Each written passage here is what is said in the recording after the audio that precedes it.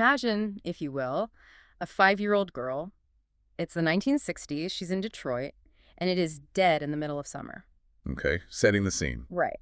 And while all the other kids in her neighborhood are outside playing tag or riding bikes or, dodging sprinklers in the heat, she is sitting dead still indoors. Not a typical summer afternoon for a kid. Not at all. Mhm. She is planted directly in front of a glowing, somewhat fuzzy black and white television set. Watching the space race, I assume. Exactly. She is watching humanity leave the Earth for the very first time, and she is just absolutely mesmerized by the sheer scale of it. I mean, who wouldn't be, right? Mm, Especially at 5 years old. totally.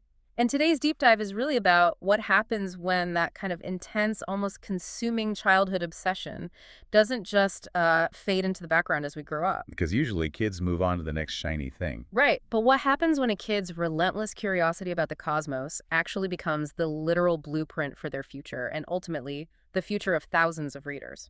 It really is a fascinating trajectory to trace, especially when you look at the actual mechanics of how inspiration transfers from one generation to the next. It's a huge leap. It is. It's never just a simple handoff. Yeah. It requires, well, a massive amount of translation. Exactly. And to figure out how that translation happens, we have a really unique stack of sources on the desk today. Very unique. We're looking through a collection of personal memoirs, some specific website excerpts, and a really fascinating trove of behind-the-scenes author notes. And these notes detail the creation of a tween sci-fi series called The Story of Q Trilogy, right? Yes, exactly.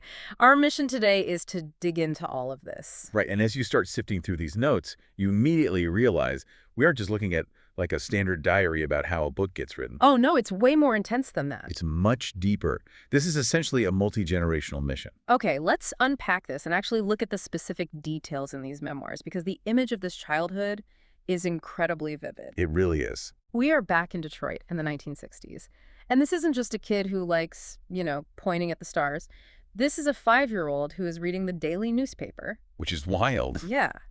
And by the time she's a little older, she is absolutely devouring the World Book Encyclopedia. Just soaking it all in. Completely. She's trying to understand the literal mechanics of spaceflight. What's fascinating here is how the author's notes trace a direct pipeline from that exact 1960s childhood to modern-day scientific storytelling. It's a straight line. It really is. And the entire engine driving that pipeline.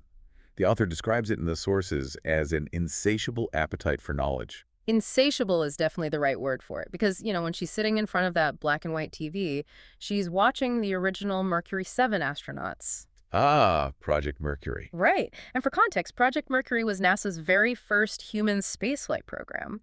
The goal was simple, but, insanely dangerous. Put a human in orbit and somehow bring them back alive. Exactly. These men were essentially strapping themselves into tiny claustrophobic capsules on top of modified ballistic missiles. Which is terrifying. Utterly terrifying. And she isn't just passively watching this happen on TV. She is actively documenting it. Right, she's building her own archive. Yes. She's meticulously cutting out newspaper articles, building this massive scrapbook of their trips beyond the atmosphere. I mean, she is curating her own scientific history. She's taking the raw data of history as it happens and organizing it. Trying to make sense of it all. Exactly. Trying to make sense of the immense bravery and, the actual physics involved in escaping Earth's gravity. And her enthusiasm for this is so overflowing that one day she just sits down in her bedroom, tears a piece of lined paper right off a writing pad, and scribbles a letter directly to NASA. Just like that. Just like that. Yeah. She didn't really expect a reply from the men making history. She just had this unabated enthusiasm, as she calls it, and needed to share it with anyone who would listen. I love that. Think about the pure audacity of a kid writing to a massive government agency just to say, hey, I think what you're doing is amazing. It's incredible. But, the truly remarkable part of the story is the mechanism of NASA's response. Because they actually wrote back. It's like a kid writing a fan letter to a superhero and actually getting a package back from Justice League headquarters. That's a perfect analogy.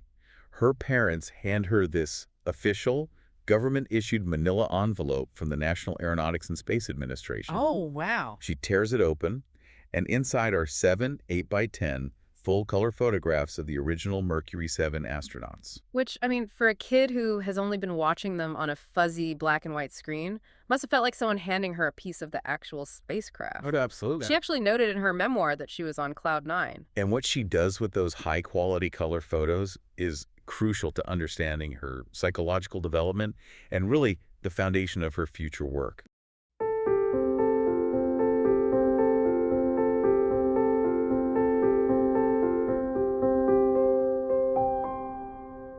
What does she do with them? Well, she immediately takes those 8 by 10s and hangs them up on her bedroom wall. Hmm. But, and this is the key part, they aren't isolated in some special sterile science corner. Right. They are hanging right alongside her collection of dolls and pictures of rock stars. Ah, that's amazing. She jokingly notes she had eclectic taste, but the psychological impact of that juxtaposition is profound. How so? Like, walk us through the psychology of that bedroom wall. It's all about normalizing STEM: science, technology, engineering, mathematics. Okay, I see where you're going. By putting the Mercury 7 astronauts on the exact same wall as rock stars and dolls, she is flattening the hierarchy of her interests. Oh, that makes so much sense. It elevates scientific exploration to a thrilling, valid, everyday interest for a young girl. It becomes entirely equal to pop culture. Science wasn't just some dry academic subject relegated to a chalkboard in a classroom. Exactly. It was glamorous, it was exciting, and most importantly, it was intimately hers. It makes you wonder, for you listening right now, what were the images on your childhood bedroom wall? Such a good question to ask. And how did they shape your understanding of what was possible?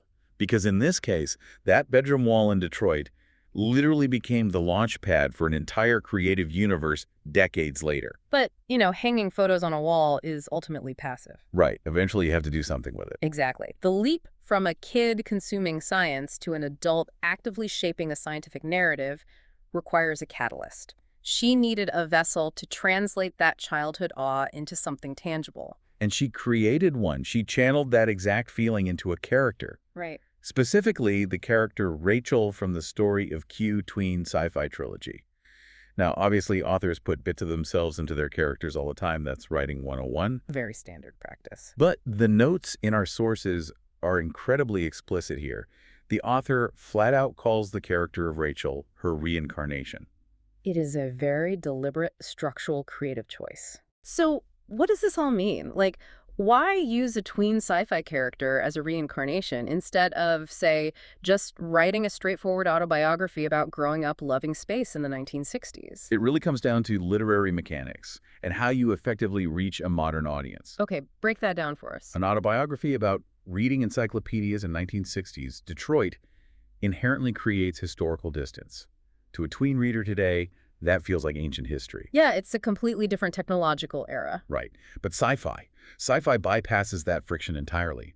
By channeling her own childhood, insatiable appetite for knowledge into a futuristic adventure, she makes the feeling of discovery accessible. The feeling is what matters. Exactly. Rachel embodies the author's core message.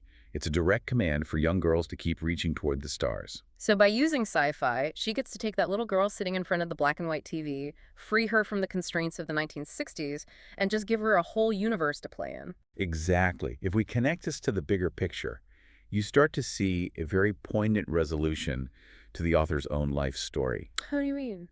Well, she makes an admission in her memoirs that despite this lifelong, consuming love of the heavens, she never actually got the chance to work at NASA. Oh, that's heartbreaking. It is. But instead of letting that be a dead end, she uses Rachel as a bridge. Rachel becomes the working mechanism to fulfill that legacy. Oh, I love that. She uses the character to pass her unabated enthusiasm and her love of the heavens down to an entirely new generation of readers who actually might go work at NASA. She's essentially saying, like, I didn't get to ride the rocket, but I can build a ship of my own, design the schematics, and invite everyone else on board. That's the perfect way to look at it. And what's really intriguing is who else she invites on board this metaphorical ship. Right. Because Rachel isn't just looking up at the stars through a telescope. Through the course of the trilogy, she's also looking at the people right next door who paved the way.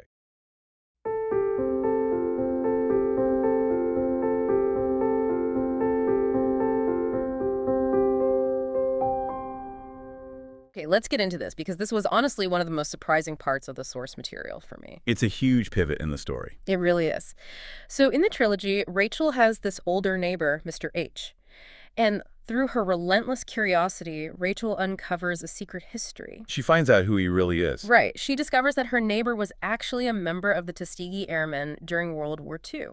A phenomenal and incredibly grounded historical detail. It is, but I'll be honest, I was actually a bit tripped up by the Tuskegee Airmen detail in the notes at first. Why is that? Let's look at the structure here.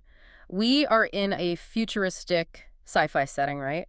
Reaching for the stars, discovering the cosmos, looking forward. Right, very future-focused. So dropping a 1940s historical reality right into the middle of it feels like massive tonal whiplash. Wait a minute. If we are deep diving into a sci-fi trilogy about space and science, why pivot to a historical World War II fighter pilot?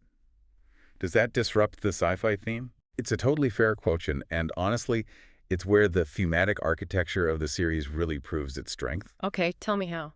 To understand it, we have to quickly define what the Tuskegee Airmen represented.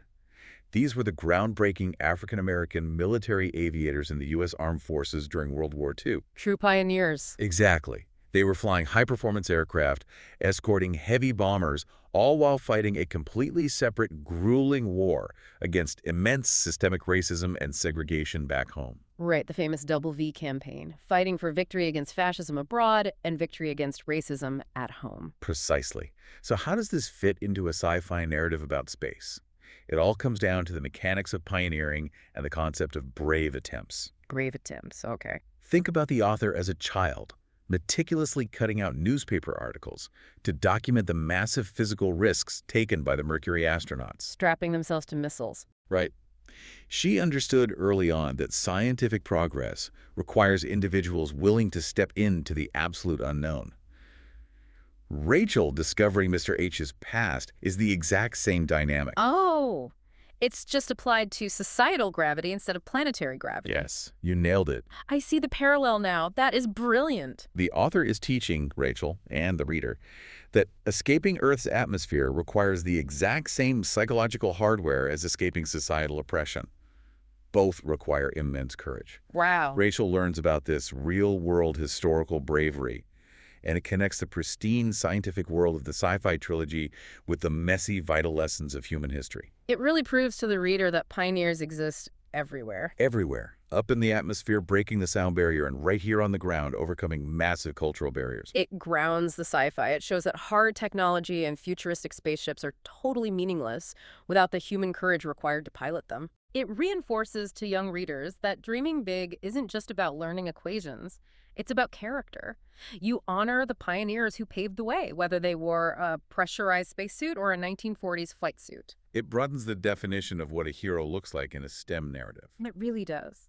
But, while that emotional and historical grounding is incredibly vital, a sci-fi story, especially one that is actively trying to inspire future scientists and engineers, has to deliver on the actual science. Oh, without a doubt. You can't just run a futuristic universe purely on metaphors and historical parallels. At a certain point, the physics have to make sense. Right. If you are writing for smart, curious tweens, they will spot fake science a mile away. The orbital mechanics, the astrophysics, it all has to hold up to scrutiny. And the author knew that. She didn't want to just, guess at the science. Which brings us to chapter 31 of her book, The Secret of Mrs. H. A very important chapter. The source material notes a very specific, high-level collaboration for this chapter. She reached out and collaborated with Dr. Dan Durda. And he is a serious heavy hitter in the scientific community. He really is. Let's define who he is based on the sources, because it elevates the entire project.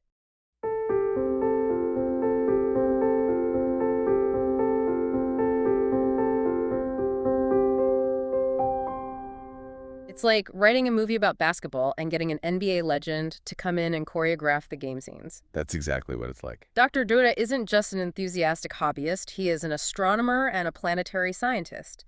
And most notably, he actually worked on the New Horizons mission. Let's pause and explain the scale of New Horizons, because it is staggering. Yeah, please do. New Horizons was the NASA space probe launched in 2006 to conduct the first ever close-up study of Pluto and its moons. Pluto, just incredibly far away. We are talking about a spacecraft traveling over 3 billion miles. spending 9 years navigating the vast emptiness of the outer solar system, specifically the Kuiper Belt. 9 years just flying in the dark. Exactly. And its job was to execute a flawless flyby at incredible speeds to capture and transmit high-resolution data back to Earth, revealing things like Pluto's nitrogen glaciers and its complex atmospheric haze. So when we talk about bringing someone in for scientific authenticity, we were talking about a scientist who literally helped humanity see the surface of a world billions of miles away for the very first time. The real deal. He's navigating deep space physics, orbital trajectories, and massive telemetry delays.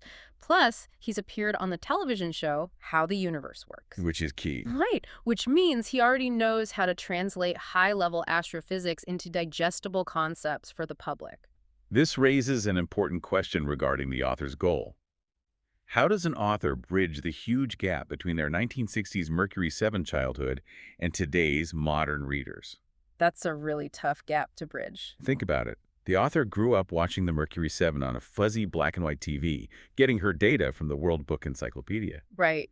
Today's modern readers have high-definition, full-color images from the James Webb Space Telescope right on their smartphones. Right. It's a huge generational and technological leap. It's like trying to translate an ancient language into modern slang. You have to update the vocabulary while keeping the core meaning intact.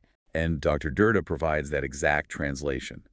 He represents the modern frontier of discovery. I see. By including his highly specialized knowledge in Chapter 31 and weaving actual planetary science into the narrative, the author ensures that today's young girls, like Rachel, have access to the exact same high-quality scientific awe that the author felt watching that black and white TV. She is essentially upgrading the encyclopedia. Yes. The World Book was the pinnacle of accessible information for her in Detroit in the 1960s.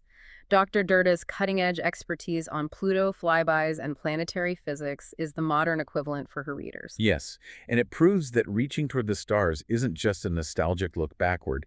It's an ongoing multi-generational mission. An active relay race. Exactly. The baton is actively being passed from the Mercury era through the author to the New Horizons era and straight into the hands of the reader.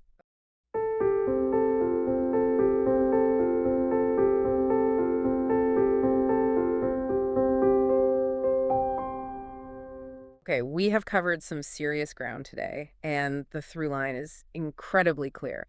Let's look at the immense journey we've traced through these sources. It's been quite a ride. We started with a 5-year-old girl in Detroit, clipping newspaper articles about tiny space capsules, surrounded by encyclopedias, and writing a letter to NASA on a torn piece of lined paper just to share her enthusiasm. Just beautiful. Then we see how she internalizes that passion, normalizing it on her bedroom wall. Decades later, she builds a complex sci-fi universe. She creates a direct reincarnation of her own curiosity in the character of Rachel. She grounds the story in history, too. Right, she grounds the story in the profound historical bravery of the Tuskegee Airmen. And on top of all that, she ensures the physics are flawless by collaborating with a planetary scientist who helped chart the Kuiper Belt. It is an absolute masterclass in where applied curiosity can lead. Here's where it gets really interesting, though. We touched on this earlier, but the ultimate irony here is also the ultimate triumph. How so? The author explicitly noted in her memoir that she never got the chance to work at NASA. Her career didn't take her to the launch pad, but look at what she accomplished with these books. It's staggering. Through this trilogy, she is actively contributing to the scientific narrative anyway. She didn't wait for an invitation. She built her own door into the room and held it open for thousands of young readers. She absolutely did. And it brings us right back to you listening to this deep dive right now. It is a powerful reminder regarding the mechanics of inspiration. Those childhood passions you once obsessed over, the things you would excitedly write a letter about, the things you collected, the topics you couldn't stop talking about at the dinner table, they don't have an expiration date. They really don't. They still have the immense power to shape your adult contributions, even if they manifest in entirely unexpected ways. They don't have to stay packed away in a dusty box in the attic. Exactly. The author didn't become an astronaut, but she became a creator of universes who provides the foundational inspiration for future astronauts, engineers, and thinkers. The core passion remained completely intact. Right. It just found a different vehicle for delivery. So, as we wrap up this deep dive into the story of Q and the incredible notes behind it, We want to leave you with something to mull over. Think back to that vivid image we started with. The kid with the unbridled curiosity. The bedroom walls covered in a bizarre mix of astronauts and pop stars, and the firm expectation that an obsession could literally write the future. If you were to sit down and write a fictional reincarnation of your childhood self today, what secret history or scientific frontier would they be out there exploring? What intense passions are sitting dormant in an old scrapbook or a dusty encyclopedia in your closet right now, just waiting to be used to inspire someone else?